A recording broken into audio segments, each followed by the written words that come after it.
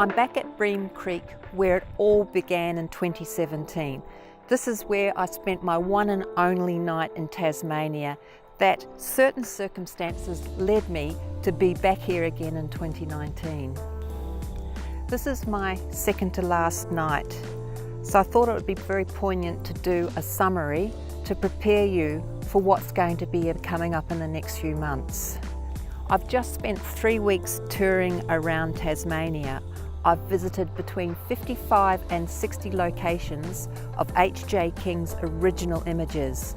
At each location I've endeavoured to retake the exact same photograph that Herb took, plus I took a little bit of video around it.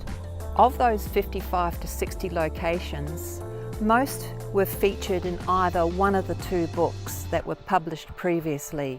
The Tasmania Remembered publication was published back in the 70s, and the Tasmania Revisited publication came out at about 1987. And that one was the closest to what I'm doing now. That's where they went around, visited some of the locations and shot them.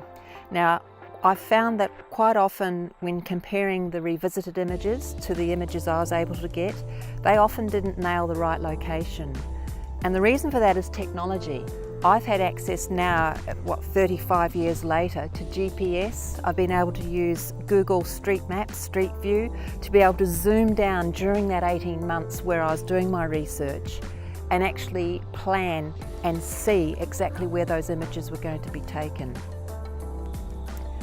So after this 3 weeks and 55 to 60 locations, you might well ask, what is next? Well, what on earth have I done? What have I achieved?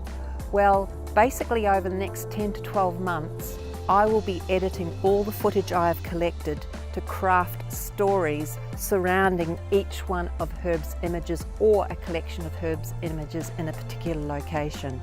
The stories I'll be crafting will be about the passage of time, not only for the landscape, but for the people and the places and for humanity in general. Each story will be linked to the photograph, but each will be unique in its own way. So over the next few months, you'll see these videos start to appear, and eventually they will form quite an amazing archive or a selection of little slices of time of my experience when I went back to rediscover H.J. King's Tasmania in 2019.